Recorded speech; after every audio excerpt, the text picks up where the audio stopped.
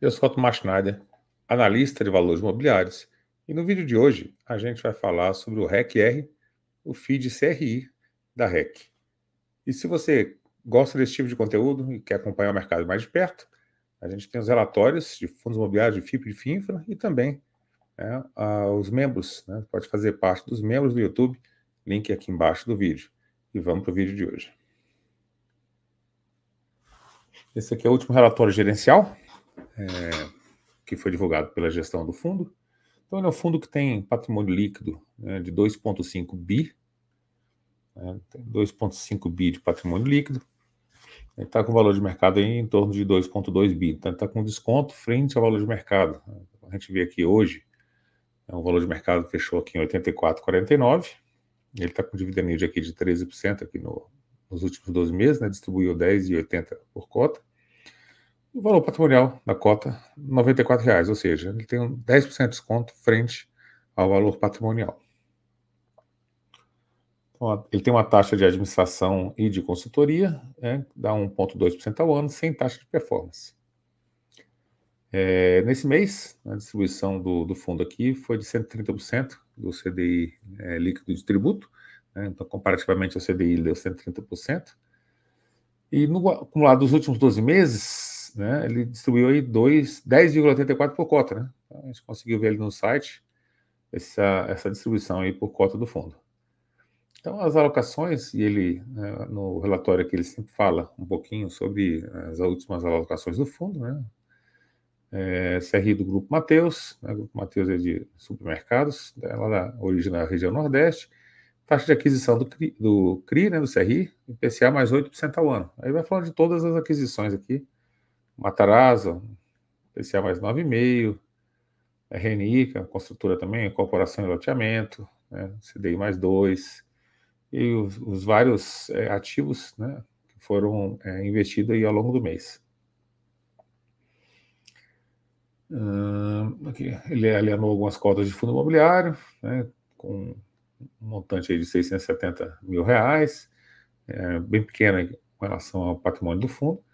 E aqui, né, a gente vê, né, tem uma visão do patrimônio total aqui do fundo. Então a gente vê que, se você pega aqui de 2022 aqui, né, 17 aqui até 23, você vê, né, o patrimônio líquido do fundo está em meio aqui, está meio em linha, né? A gente vai ver, tem aqui no relatório as últimas emissões e tal.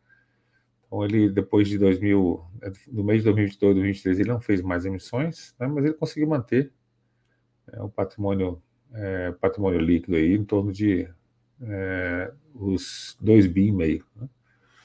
A alocação de ativos aqui ao longo do tempo. Então, essa parte aqui é de CRI, mais FIIs e outros ativos. Então, os CRIs, normalmente, eles são os ativos mais rentáveis do portfólio de um fundo imobiliário. Então, é sempre bom que um FID CRI esteja mais alocado sempre em CRIs. Né? E aí a gente vê aqui a alocação por ativo de CRI dos 2,5 bi, né, tem 2,2 em CRIs.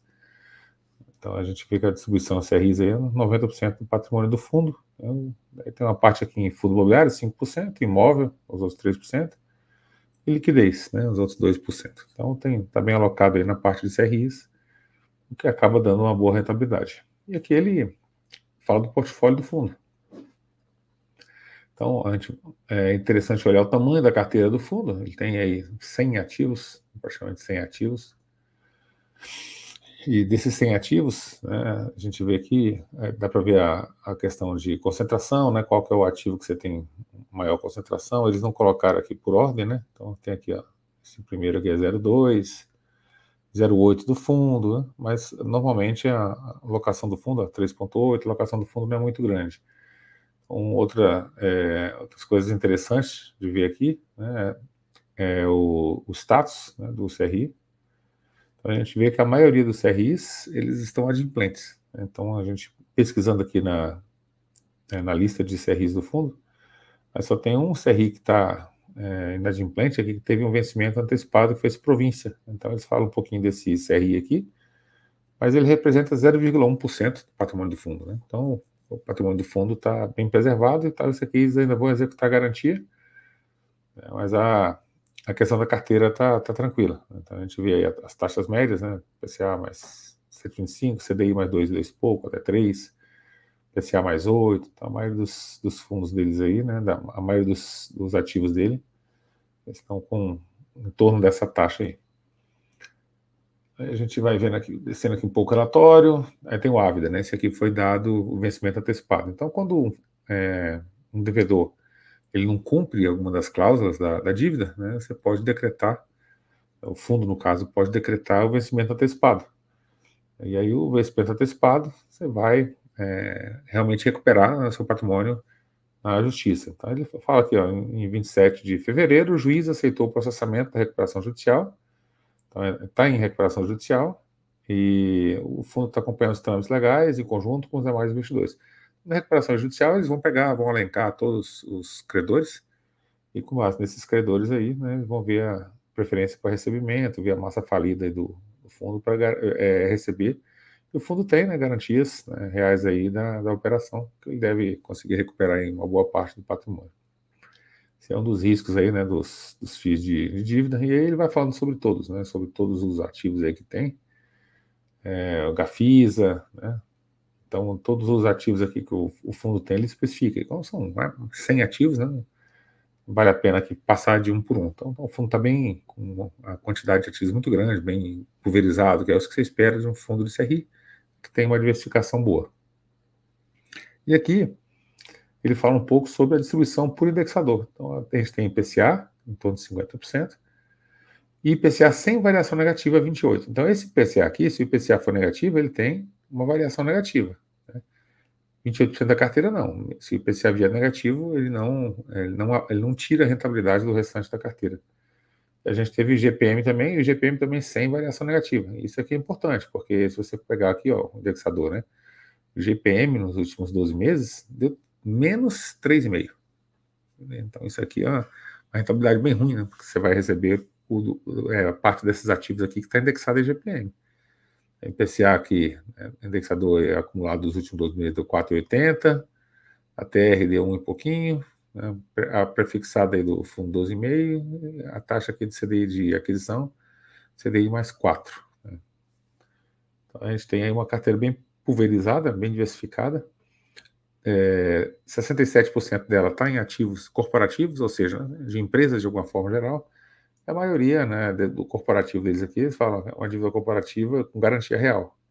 Então são grupos empresariais, né, normalmente construtoras, né, com garantias imobiliárias e cessão fiduciária dos recebíveis. Então você, além de ter as garantias, tem a cessão dos recebíveis. Né? Se você não pagar, se a empresa não pagar, você fica com os recebíveis dela. E aqui pulverizado, 33%. O risco pulverizado é o risco aí de lastro em carteira de crédito imobiliário. Então alguém tomou dívida aí para financiar alguma coisa e emitiu o CRI que o fundo comprou. Então, recebível de loteamento, ou qualquer tipo de outros recebíveis, né? Multipropriedade, garantia imobiliária, tudo isso aí entra. Então, a parte de incorporação é 27%, loteamento 22%, e hotel 16%. Esse é o segmento aí dos devedores.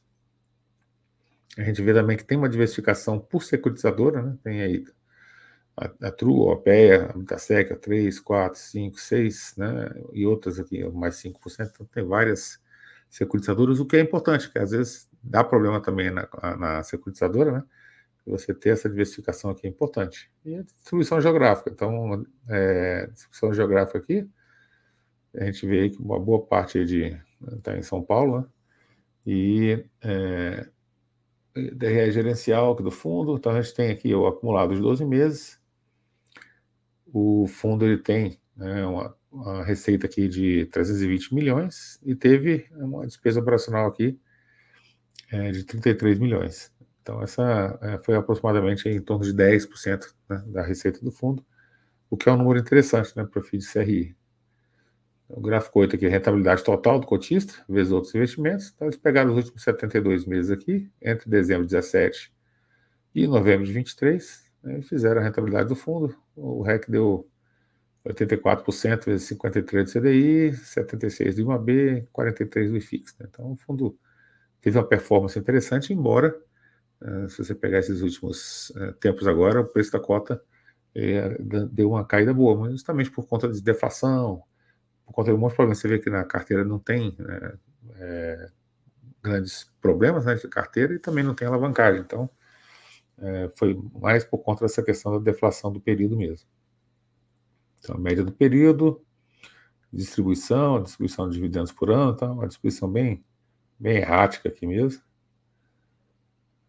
Tabela de sensibilidade. Então, hoje, a cota que está aqui, 84,22, na IPCA mais 9,64. Então, está com uma taxa bem interessante por conta do desconto frente ao VP. Né? Se você pegar o VP do fundo, esse aqui, ó, a cota tá IPCA mais 8. IPCA mais 8, né? Tá ok, tá bom.